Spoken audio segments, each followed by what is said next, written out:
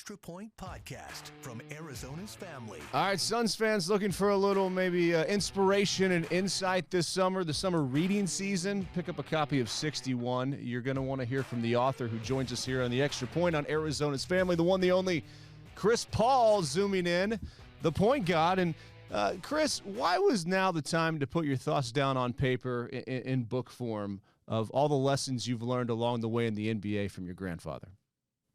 Man, first of all, thanks so much for having me. I really appreciate it. It was during the pandemic when I started this process. Basically had a lot of time to just reflect on life and things and how things were going. And I just felt like it would be an ideal time to share my story. How did growing up working at your grandfather's service station really shape how you run a basketball team here in the NBA? You know what? It really gave me an appreciation, right? Like, I don't know if my grandfather grew up just loving cars and wanted to be in the sun and under cars with bolts and changing oil and rotating tires, but that was his way of life, right? That's how he earned a living, and he fell in love with it. And so day in and day out, he worked. He didn't let anybody try to tell him otherwise, so he put the work in. And so for me as a kid, all I saw was my mom, my dad, and especially my granddad doing the work. And so it just taught me about the importance of community, but more so the importance of family. How has that guided you through your basketball career, through the ups and the downs? Oh, man. Well, I lost him when I was 17. And, it's funny, like when you have some different family members, and especially for my granddad, he wasn't always necessarily a big talker. He wasn't always saying like, this is this lesson, this is that lesson. A lot of it, he was just doing. He was just doing it, and he was sort of showing you. And so at an early age, I remember one of the first times I had to try to check someone's oil for the first time. When you open up the hood of a car, right? It can be a little bit tough, somebody trying to figure out exactly where the latch is or whatnot to lift up the hood. And on different cars, it changes. So when you go out to it, and if my granddad was like, okay, you're going to do it yourself. If he saw me having a hard time with it, he wouldn't just help me and do it. He'd make me sit there until I figured it out, right? And so those different lessons just show you how sometimes, when you help too much, you can become a crutch. And so my granddad he was always hard on us. If me and my brother wanted some shoes, even though my granddad had the money right there in his pocket, come to work, come to work. So, everything was earned, not given. You scored 61 points the night after you lost him, and that's the title of the book. Of course, his age, 61 years of age when you did lose him. How going back to that time in your life, how much did those couple days, losing him, playing in that game, shape the man that you are today? Tell you the truth, a lot of that stuff is a blur, right? And in writing the book, it was crazy how therapeutic it was and how it made me engage in conversation with my family, conversations that we've never had. Like I never had a conversation with my mom about where she was when she found out that my granddad had passed. But those days in between were sort of a blur. And I was questioning whether or not I was going to play anyway to begin with. And so to watch the film every now and then of seeing the game or whatnot, it's still kind of surreal to me because when I did score that 61st point, I sort of just laid there like exhausted, but just not just from the game, but from the emotions of trying to deal with his loss. Well, and the loss, I found myself, you talk about it in the book, and really you take people to a place. I felt like I was in Winston-Salem, North Carolina, with you at that game, the way you described it here with Michael Wilbon in the book. You also tell some stories about, the ups and downs of life with him and running the service station. One that kind of stuck with me was when his rival accused him of putting water in his gasoline.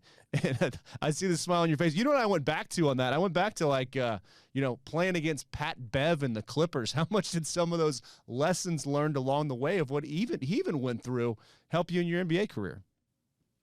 Oh, man. Listen, at that age, I didn't necessarily get a chance to see a lot of the anger from my granddad or whatever he was dealing with. Sometimes I would, sometimes I wouldn't. But there are many situations where you take the high road. Then in some, you just like, look, I done had enough. This is what it is. But all in all, the foundation of who he was as a man and everything, it all came back to knowing who you are at the end of the day. Knowing that people can say whatever, deal with whatever, but as long as you got that family and that support system, everything else should be what it is. And as a dad now with your family, and you try to impart these lessons learned to your kids, especially as they get older here, how do you balance the priorities of being a dad and a professional basketball player? The hardest thing it is, right?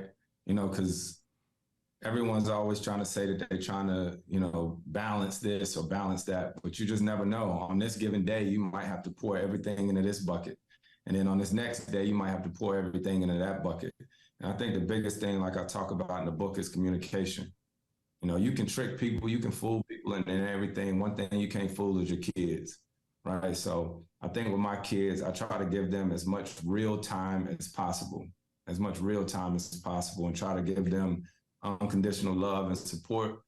And then basketball, like that's a big part of me too, right? So making sure that you fill those cups at the right time.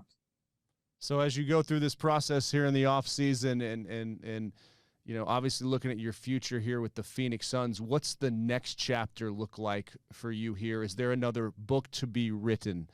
Maybe even with a Suns championship parade here at the end? Yeah, I don't know about another book, but I'm definitely I'm curious like everybody else, trying to wait and see what it is. I love being in Phoenix. I didn't plan on being anywhere else, but I understand this is a business. Decisions have to be made. So in the meantime, I'm enjoying the time with my family, working out, training, getting ready for whatever's next to come. And Frank Vogel has been very vocal about his appreciation for you. What has that meant to you? I appreciate it. I talked to Frank a couple times. I'm trying to grab something to eat with him soon or something like that. But I've known Frank just from being in the league for a while now. So I appreciate him. What did you learn from watching the Nuggets title run? And what did you take from the series as being the only team that was able to beat them twice? What did I learn? Probably not that I ain't already know. You score the most points, you win. But I was happy for them, to tell you the truth. DeAndre Jordan, who's like a brother to me. Ish Smith, who is a Wake Forest and a North Carolina guy, and Mike Malone was my coach my last year in New Orleans. So 3 people that I'm really close to. So happy for them. And you detail in the book your process of leaving the Clippers. You've been through, all of this before, but it's just kind of the nature of professional sports. Do you lean on Jay-Z and Bob Iger this time around, like you talk about in the book? And what are the conversations with little Chris like? Yeah, no, not this time. But I took my daughter to the Indiana Jones premiere last night with Bob. You know what I mean? So I definitely still talk to him all the time about life and what's going on and this process. And conversations with Chris. I think that's probably the coolest part to me. And it's crazy that you just mentioned it because I didn't even think about that. So when I was going to Houston, it was sort of telling him, what we're doing and seeing his reaction. He's 14 now. He's a little man of his own. So with everything that went down and, he gets alerts to his phone like anybody else, I've been talking to him about it. Like, Chris, what you think? What, because it matters. All that matters to me because everything that I do, where I play and everything is more than just me. It affects everybody in my family. What do you think Papa would say about everything that you've accomplished, and what would the conversations be like with your son, between your son and Papa? Man, the one thing that I think my granddad would be most proud of, and it wouldn't be any of the NBA stuff or any of the accomplishment, he'd be more proud that my family is still intact, right? My uncles, my aunts, my cousins, like, we've had our issues in our family over all the years, but our gang is still intact. That's, I think, what he'd be the most proud of. And then I think my granddad would more so laugh at my kids because they silly. I think that's one thing that my family does more than anything is we joke, we smile, we laugh. And I really wish he would have got an opportunity to see them. And how much does that pull on you, playing in Phoenix, maybe going back to Los Angeles, being close to your family, especially as your kids get older here? Listen here, I'm gonna tell you this. Somebody can try to write anything about my family, being with them, whatever. We not new to this, right? My one thing about my family, and I appreciate wholeheartedly, my wife, my kids, and all that. They know how much the game means to me, right? And so wherever I am, wherever I am, everything is a decision. It's a decision. Do they come? Do they stay or whatnot? But they know how much winning basketball means to me. And so they know we'll make it work. We done did it before. Well, winning basketball, for those of us who had to sit through the playoff drought here in Phoenix, and then you show up and the team goes to the NBA Finals, that was special. So I'm going to take a page out of Skip Prosser's playbook right here and not delay gratitude. Chris Paul, thank you for everything you've done for Valley Sports. May your family and you yourself continue to be highly favored and blessed, and we hope to see you back here at Suns Youth. Thank you so much for this. I really appreciate it. Thank you. The Extra Point Podcast is a production of 3TV, CBS 5, and azfamily.com in Phoenix, Arizona.